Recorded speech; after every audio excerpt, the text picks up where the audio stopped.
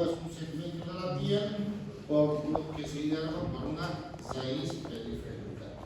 Entonces, cuando nosotros hablamos de lesiones medulares, tenemos que entender que todo lo que está lesionado por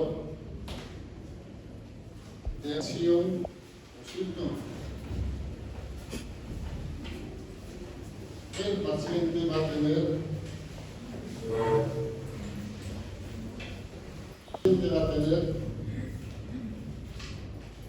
función disminuida o ausencia de funciones. Es muy diferente a lo que es en el cerebro. Cuando yo tengo lesionado el cerebro, tengo una mitad del cuerpo pero lateral que no funciona. En esto es un segmento que está lesionado y a partir de ese segmento por debajo no hay ninguna función o alguna función remanente. Entonces, para eso hablamos de lo que son los niveles sensitivos. Eso lo tenemos que saber, ya se los dije de memoria, todo, desde lo que es C2 hasta S5, donde se encuentra cada metámera, ¿no es cierto? Y a dónde corresponde el segmento de la piel. Por eso necesito que entiendan que para hablar de traumas aquí medular tenemos que entender que son los niveles sensitivos. Ya se los dije que por encima de T10, de 11, más o menos, todo lo que está por encima, una lesión, es una lesión medular. Y lo que está en lo que es la transición entre T10, T11, L1 va a tener una lesión medular, pero también lesión radicular. Todo lo que está por debajo de L1, ¿no es cierto?, va a tener simplemente lesión radicular. Bien, ahora, dentro de lo que es la fisiopatología, dijimos que tenemos lesiones primarias y lesiones secundarias. Si nosotros vemos esta imagen, es una luxofractura, ¿no es cierto?, que está comprometiendo la médula. Entonces, a partir de este segmento para abajo, probablemente este paciente no tenga funciones o tenga función disminuida. Entonces, para eso hablamos de lo que es las lesiones primarias y las lesiones secundarias. Cuando hablamos de lesiones primarias, en general se presentan por 4 mecanismos que son la contusión, compresión, elongación y laceración. Esas son las lesiones primarias que se presentan con traumas aquí medular. Mientras que las lesiones secundarias, en general, estas son las que se van a presentar isquemias por compresión, básicamente. Estamos comprimiendo y no nos comprimimos rápidamente. Por acá adelante sabemos que va la arteria medular anterior. Si yo comprimo todo lo que está por abajo, no hay circulación, entonces va a provocar edema y posterior isquemia. ¿No es cierto? Y la isquemia aumenta más edema. Entonces, fíjense ustedes que, ¿no es cierto?, es importante recordar esto porque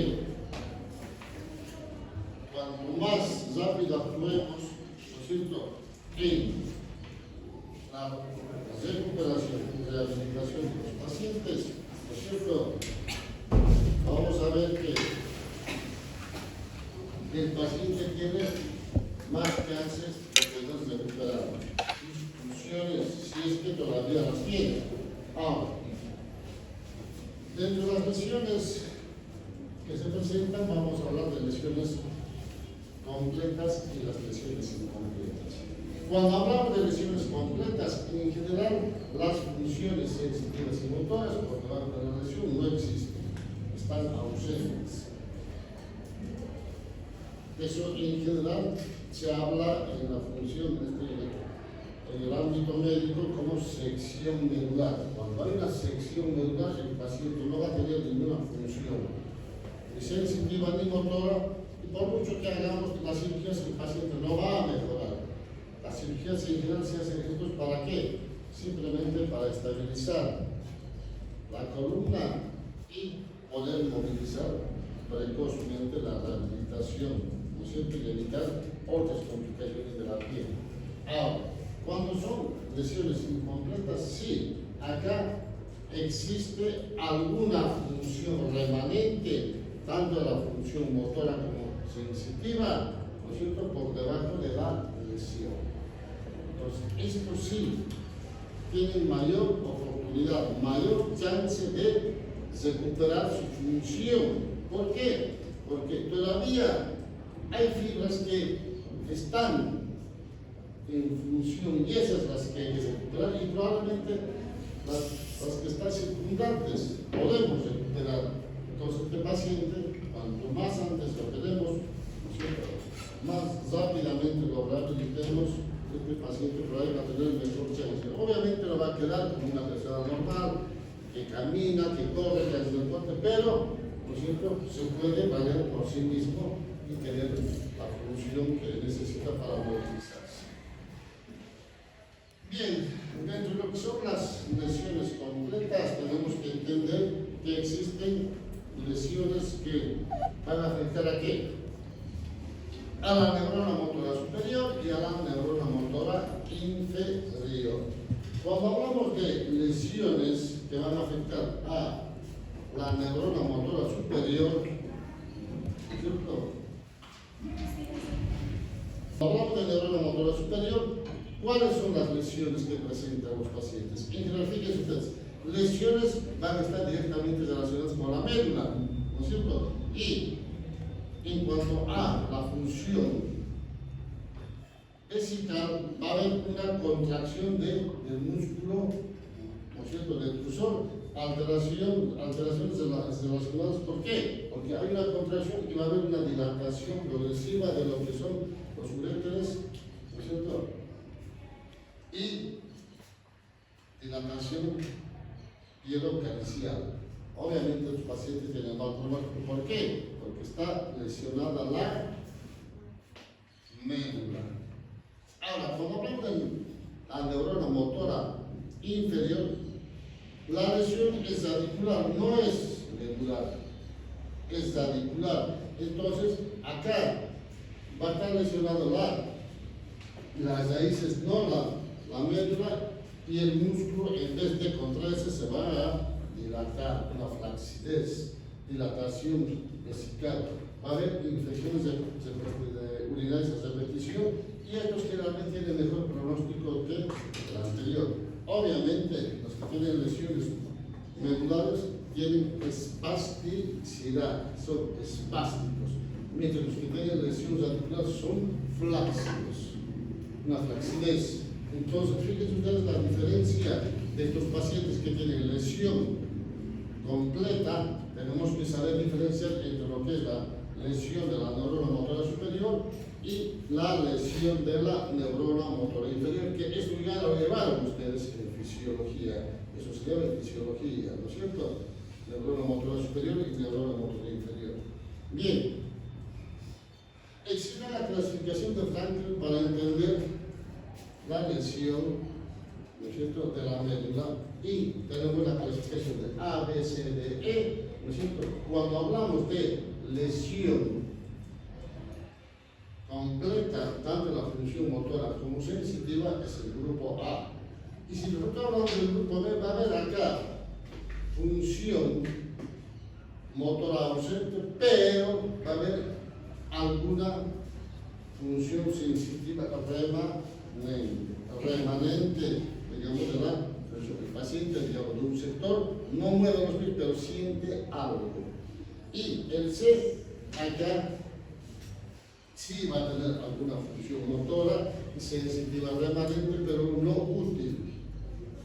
No útil. O sea, no vence la gravedad, se refiere.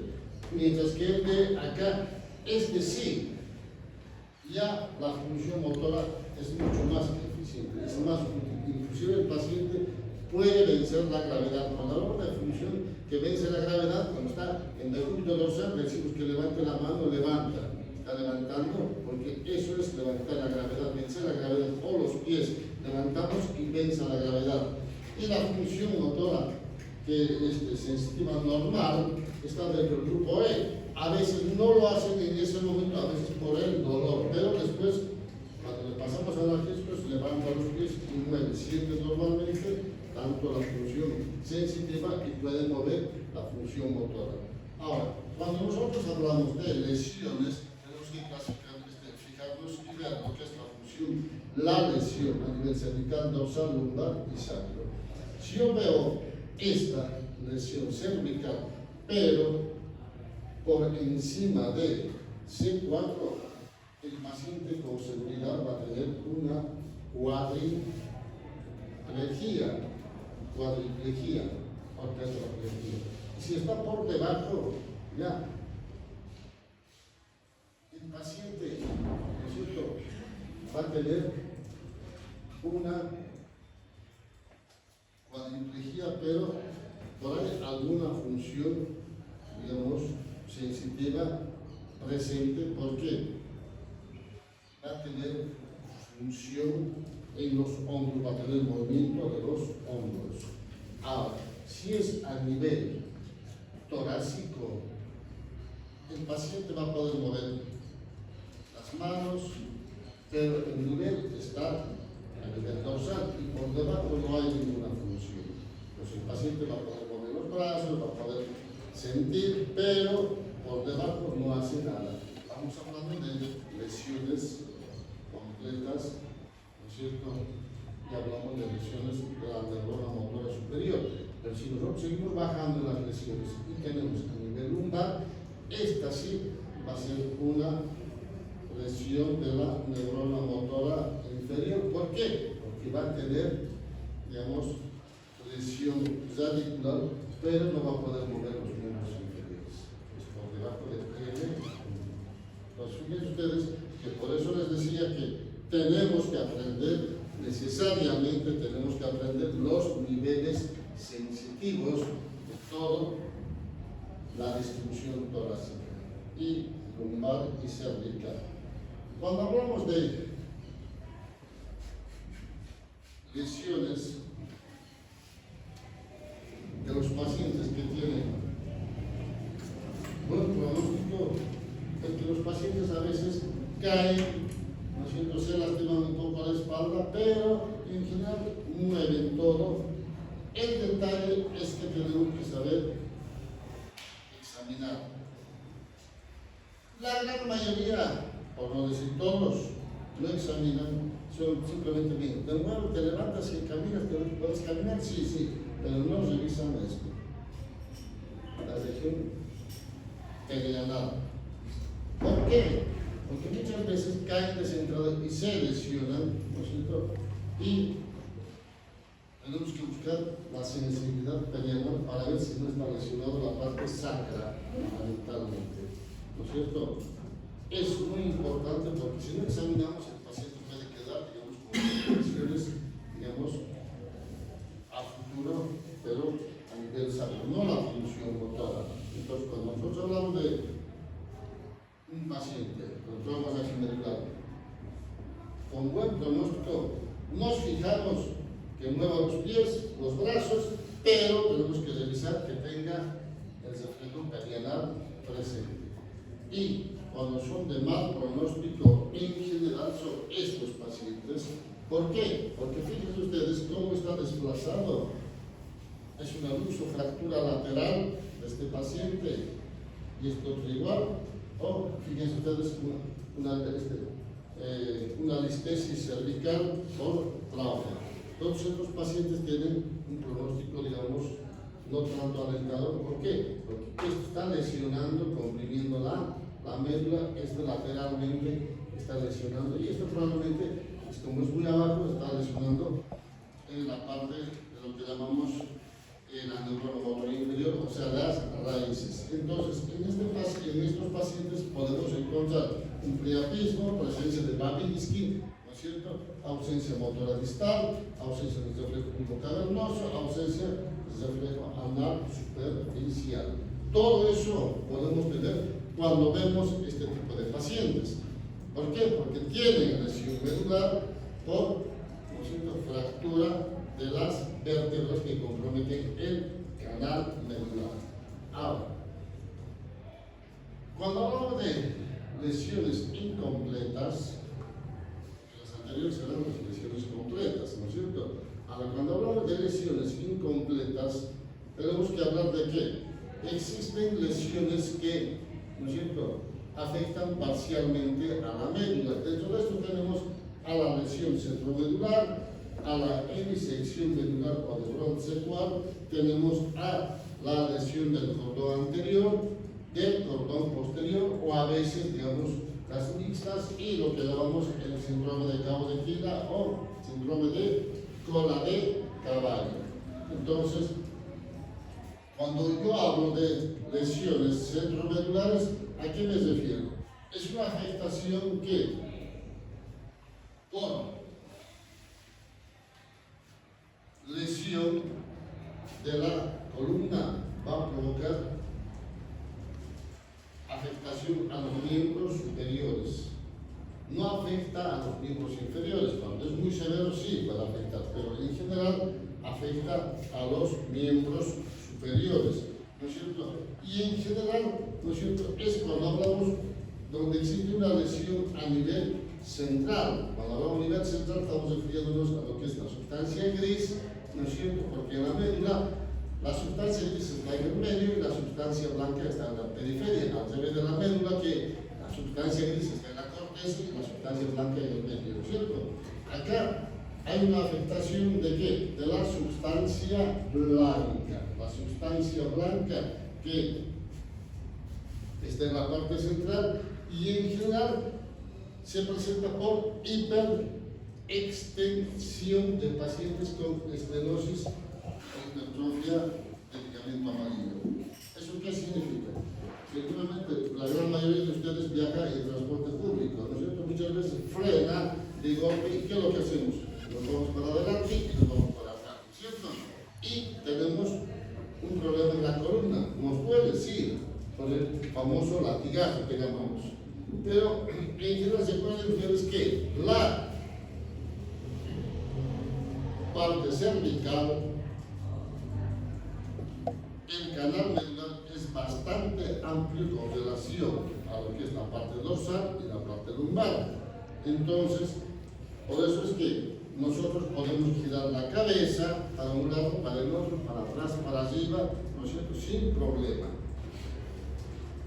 Pero si nosotros forzamos con la parte dorsal, por ejemplo, seguramente vamos a terminar con mucho dolor y con lesión.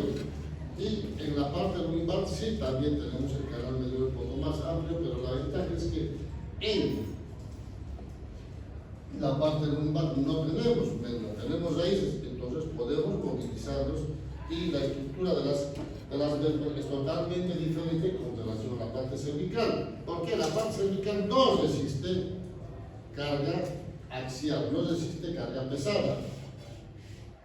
La parte cervical, pero la lumbar sí, por eso que las vértebras son mucho más grandes, más resistentes que en la parte cervical. Entonces, pero la parte cervical tiene la ventaja de tener este movimiento porque el canal es bastante amplio y por eso es que cuando pasa alguna de estas cosas, algún accidente en ustedes los jóvenes, no pasa nada, más que un dolor y nada más.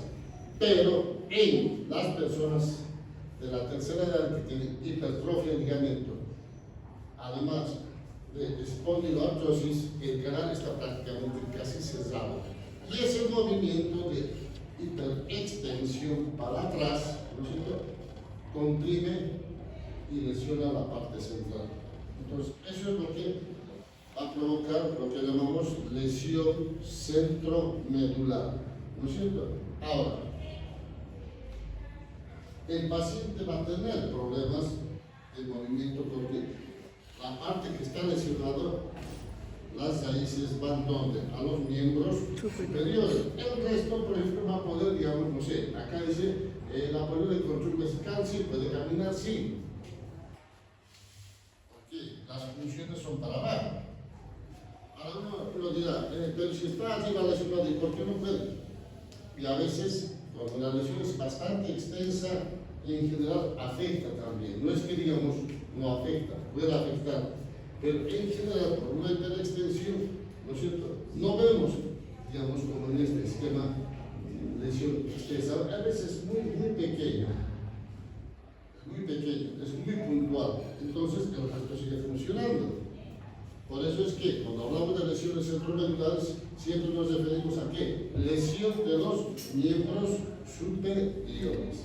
Ahora, si tenemos este otro, es una hemisección medular, sección de la mitad de la médula, la mitad de la médula.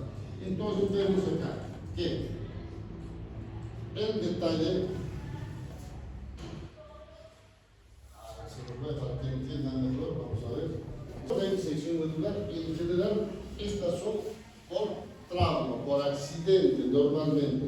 ¿Lesión de qué? De la lámina de la vértebra o del pedículo de la vértebra que ingresa y comprime el canal medular y por consiguiente lesiona la médula. Entonces, cuando yo veo que hay un accidente que tiene compresión de un lado, yo sé que va a lesionar esta parte de la médula. Y en general esto se presenta por trauma directo, ¿no es cierto? Hay lesiones por punzocortantes o a veces accidentes que hacen una rotación forzada, ¿no es cierto?, de la columna y fracturan un lado, que se la fracturan ambos, pero el otro, uno ingresa al canal medular y el otro no. Entonces estos pacientes van a tener una lesión de la mitad de la médula, pero en general estos pacientes que van a tener, fíjense ustedes, debilidad motora, digamos, o déficit motora del mismo lado, no por pérdida de la lesión y pérdida para el dolor y la temperatura, pero contralateral. En la medida que bajan las fibras, en general, siempre, no es que digamos solamente hay una decusación y así va y todo después va. En la medida que van bajando, van cruzando. Por eso es que tienen este tipo de cosas. Y el pronóstico es relativamente, si quieren, de buen pronóstico. ¿Por qué? Porque una mitad sigue funcionando. Si nosotros actuamos rápidamente y descomprimimos la compresión de la médula o sacamos el objeto punzocortante o separamos que, ¿no es cierto?, y ampliamos el espacio para que haga edema y no lesione más estructuras de lo que tiene, el paciente seguramente va a tener un buen pronóstico. Obviamente, buen pronóstico significa que puede caminar, pero seguramente con algún déficit de una mitad, digamos, de los miembros inferiores fundamentalmente, no de los miembros superiores. Pero, ¿no es cierto?, tiene un pronóstico, digamos, alentador. Ahora, cuando yo hablo de lesiones de lo que es lesión del cordón anterior o síndrome del cordón anterior, nos referimos a que la lesión está por delante, no por detrás, ¿no es cierto? Y entonces estos pacientes en general, ¿no es cierto?, se presentan ¿por qué? Por una lesión por hiperflexión. El centro medular era por hiperextensión. Esto es por hiperflexión, con fragmentos óseos o de disco que comprimen qué cosa, la médula y la circulación de la arteria medular anterior. En general, cuando uno cae de 4 metros o 5 metros, ¿no es cierto?, y el paciente se levanta, no pasa nada, no estoy bien, camina y todo eso.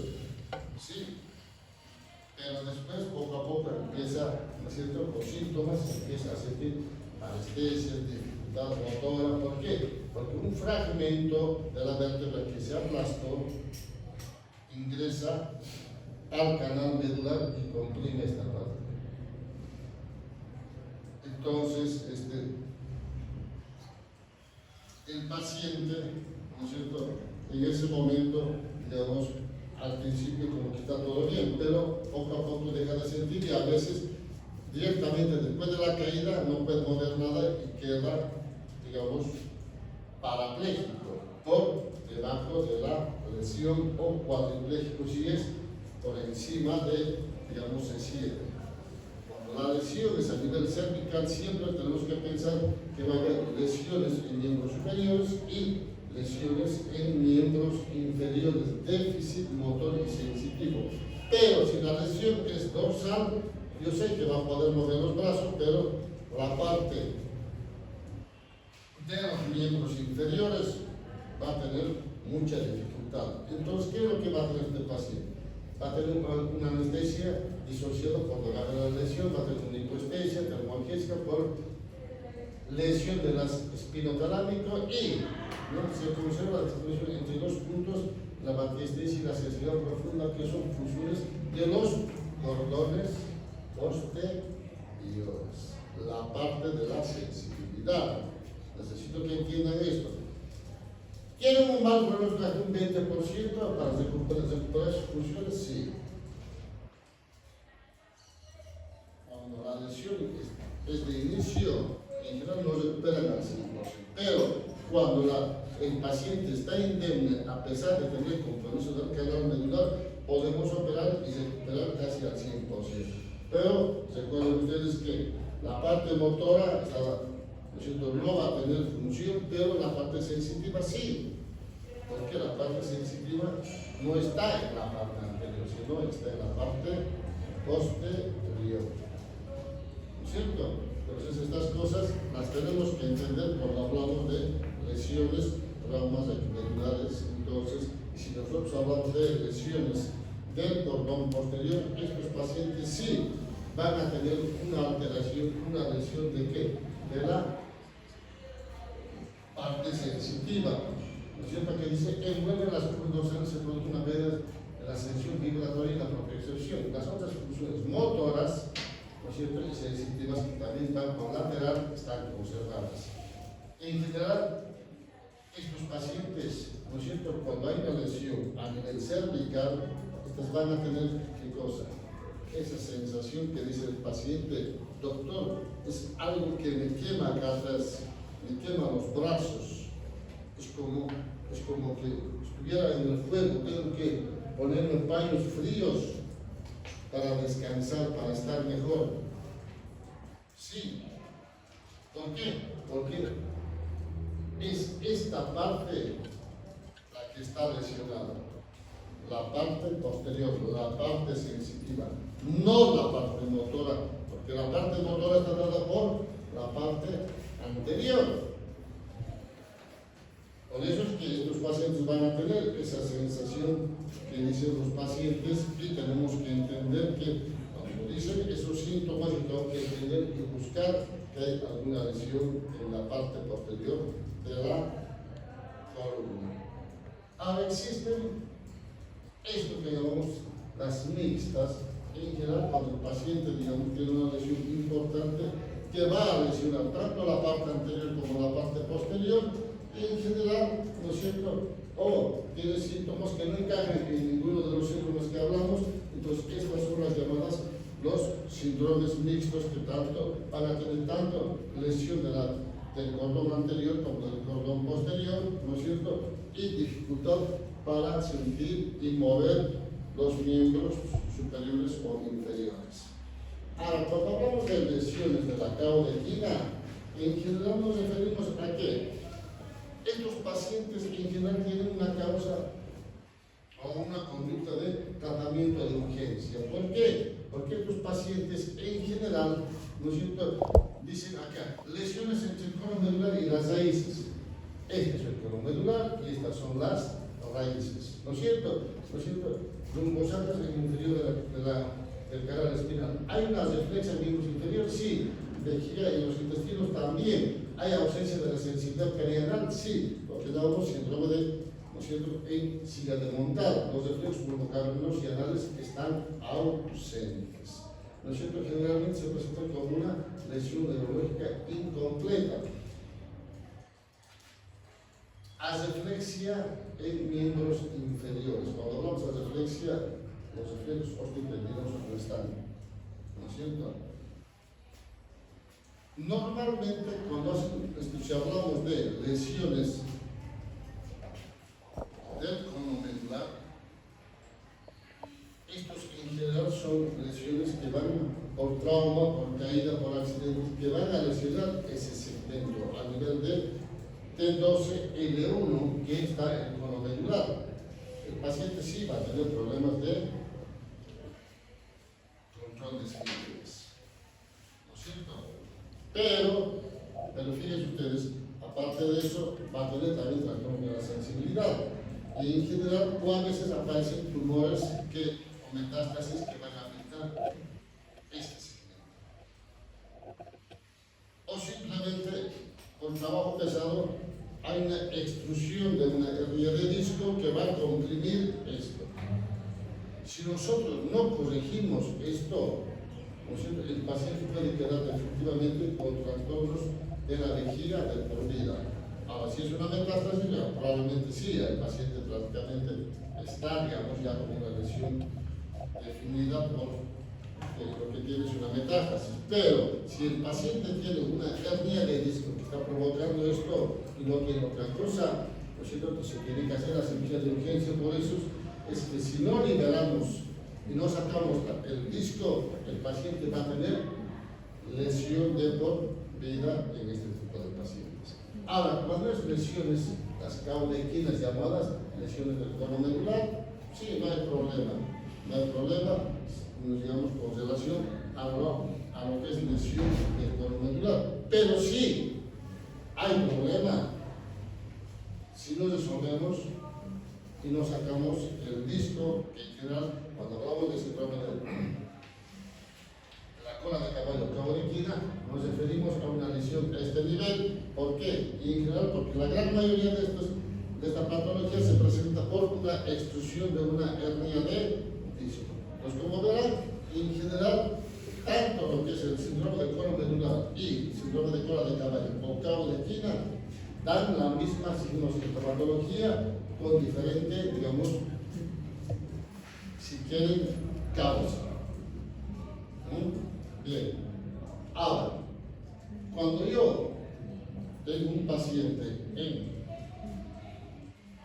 la emergencia que ingresa con lesión o traumas aquí medular, en general yo tengo que pensar que el paciente, ¿no es cierto?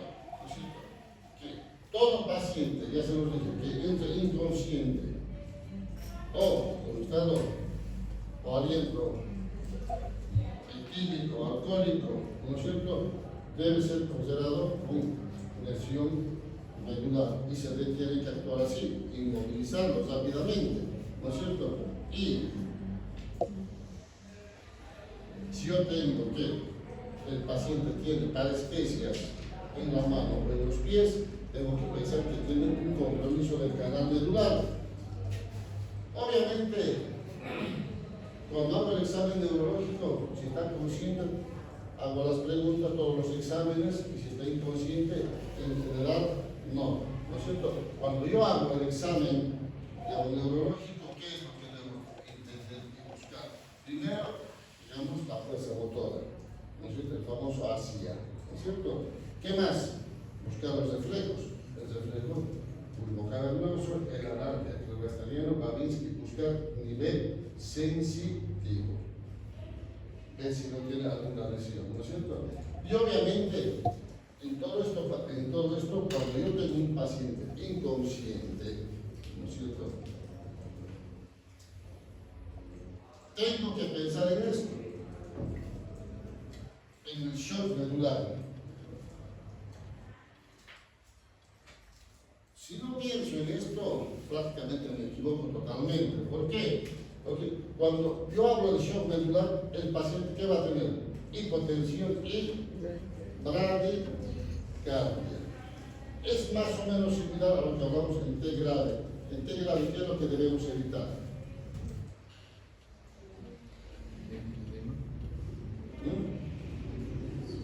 ¿Qué tenemos que evitar? Una hipotensión y una bradicardia, ¿no es cierto? Eso se usa también como un freno grande, lo que tenemos que evitar para que no tengan lesiones secundarias. Y esto es lo mismo. Si yo voy a tener una hipotensión y una bradicardia, el paciente va a tener un shock medular y probablemente no sienta nada. Entonces yo me asusto y está tiene cuadriplegia. y peor si está inconsciente o semiconsciente. Entonces, actúo de otra manera, no lo compenso, ¿no es cierto? Y el paciente termina lesionándose, sí, definitivamente, por falta de atención de parte de ustedes. Entonces, por eso es importante entender este tipo de cosas cuando hablamos de traumas medular, cuando estamos frente a un paciente politraumatizado, cuando tenemos lesión de grave, ¿no es cierto? O simplemente si el paciente está semiconsciente y tenemos lo que llamamos el shock medular. Entonces, esta imagen ya lo vimos, un paciente, digamos, un politrauma, tiene una lesión de luxofractura o luxación, o si quieren una listesis cervical que comprime el canal medular y tenemos que actuar rápidamente y vemos a veces este tipo de pacientes, fíjense, desplazado, ¿no es cierto? Y fuera de su lugar y, ¿no es cierto?, colocado en otro lado, fíjense, esta imagen es esta. Todo el canal medular ocupado por la otra vértebra. Entonces, este paciente, ¿qué es lo que va a tener? Una en la médula. ¿Qué es lo que va a tener? Una sección medular, ¿no es cierto? Una sección medular. Entonces, fíjense, si ustedes prestan atención, este paciente, ¿no es cierto? Esta vértebra se salió y bajó, o al revés, ¿no es cierto? Este se salió y subió. De cualquier manera, tenemos una vértebra que se sale y hace esto, ¿no es cierto? Entonces, esto sí van a tener prácticamente sección medular y sabemos que no van a tener ninguna función ni motora ni sensitiva, pero tenemos que estabilizar para rehabilitarlo. Tenemos que estabilizar esta columna para rehabilitarlo lo más antes posible.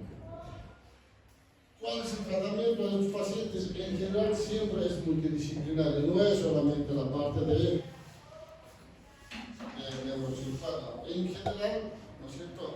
Cuando en la práctica médica, cuando veo una lesión así, no, el neuroquirúrgico que se haga cargo, y no es cierto? En general tenemos que evitar que los pacientes en general tengan escalas de decúbito, evitar las infecciones urinarias, evitar, digamos, otras infecciones pulmonares.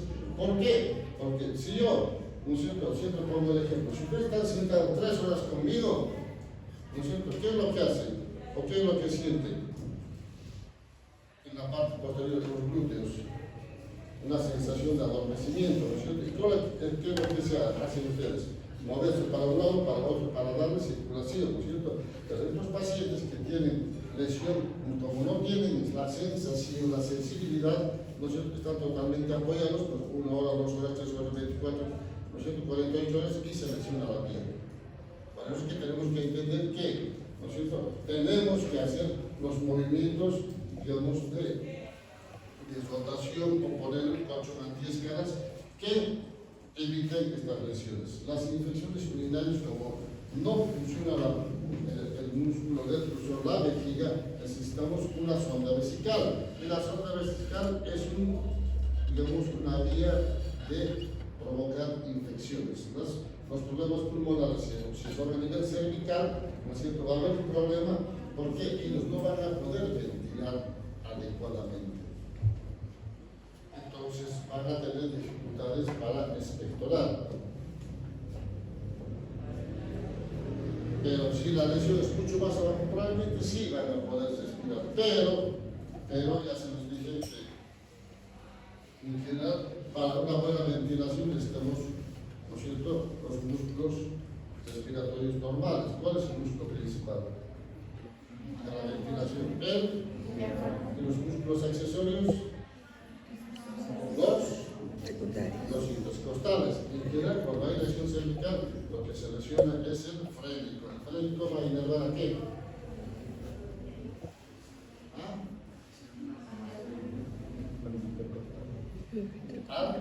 Intercostales. Diafragma. ¿No es cierto? Los músculos intercostales salen de las raíces correspondientes. Entonces, estos pacientes que en general terminan lesionados, ¿no es cierto?, el músculo principal, y lo que actúa son los músculos accesorios, que en general los músculos accesorios se agrupan. Por eso se llaman accesorios. El músculo principal es el diafragma. Aparte de eso, hay que pensar que necesita un apoyo psicológico y fisioterapia. ¿Por qué un apoyo psicológico? De pronto que si cualquiera de ustedes hoy está caminando y mañana quedan cuadripléjicos, su mente actúa de diferente manera. Peor si son chicos adolescentes. Entonces, en general, la gran mayoría de las personas jóvenes, ¿no es cierto?, cuando tienen y entienden que no van a caminar más, ¿qué es lo que a veces? Tienen tendencias suicidas, se quieren matar. Entonces, necesitan mucho apoyo psicológico. Tanto para el paciente como para los papás. Los papás tampoco aceptan que hacen, ¿no es cierto?, mil cosas, ¿no es cierto?, se desgastan tanto que saben que no van a mejorar, pero no entienden, no quieren entender. Entonces, el apoyo psicológico es tanto para el paciente como para los familiares, los papás fundamentalmente, ¿no es cierto? Y obviamente estabilizar y hacer la rehabilitación precoz para evitar todas estas complicaciones. Cuidado de enfermería, sí, al principio, los primeros meses necesita un personal entrenado para que lo atiendan hasta que los papás vayan aprendiendo, ¿no es cierto? Y finalmente el tratamiento ortopédico se lo hace, digamos, precozmente, porque el paciente necesita una columna estable para movilizar. Bien. Cuando hablamos de tratamiento quirúrgico en general, ponemos, digamos, en la parte cervical donde hay una anestesis, una placa para estabilizar. ¿No es cierto? El trauma en general dice que hay que poner una anterior y otra posterior para estar muy seguros de que eso no se mueva. Pero cuando la lesión no es extensa, muchas veces con una estabilización por la parte anterior es suficiente. Ahora, si la lesión es por debajo a nivel dorsal o lumbar, en general se recomienda una artrodesis en la parte posterior. En la parte posterior, ¿por qué? Porque necesitamos, digamos, que esté bastante estable y fijada la columna para poder movilizar. En general, ¿esto para qué? Hay que reducir la luxofractura, la descompresión medular, ¿no es cierto? Una artrodesis para la establecimiento de la movilización precoz, cuidado de enfermería, de complicaciones y rehabilitación integral, movilizarlo, ¿no es cierto? Todo eso, ¿no es cierto?, necesita el paciente, pero antes se tiene que operar. Obviamente, antes se usaba esto, que era la metilprednisolona, y actualmente algunos lo siguen usando. En un tiempo se decía que era el mejor tratamiento para el trauma saquipendular porque ayudaba a recuperar las funciones, digamos, de la médula, y se usaba 30 miligramos kilo peso en la primera hora y el restante 23 horas se usaba 5.4, ¿no es cierto? El problema es que este medicamento es recontra caro porque se usaba cursos de estos corticoides durante 3, 4, 5 días, hasta 7 días, ¿no es cierto? Y el costo era elevado en cuanto a la parte económica y también en cuanto, digamos, a la cantidad de corticoides que se administran al organismo. ¿Cuáles eran las contraindicaciones para esto? Eran fundamentalmente a las mujeres gestantes, no a las mujeres embarazadas no se les puede dar, y los pacientes pediátricos que, ¿no es cierto?, tampoco se puede usar, o aquellos que ya estaban recibiendo tratamiento con corticoides como son el famoso lupus, la artritis reumatoidea, todos esos que tampoco podía usar. Bien, se encontraba más aquí pendulado y después del examen, ¿cómo se encuentra? Le dice, está bien, sé que este paciente no tiene ninguna lesión. Ahora, si el paciente no puede mover los brazos o no puede mover los pies, yo ya sé que el paciente tiene una lesión en la columna, ¿no es cierto?, y compromiso del canal medular, por eso llamamos trauma saquimedular.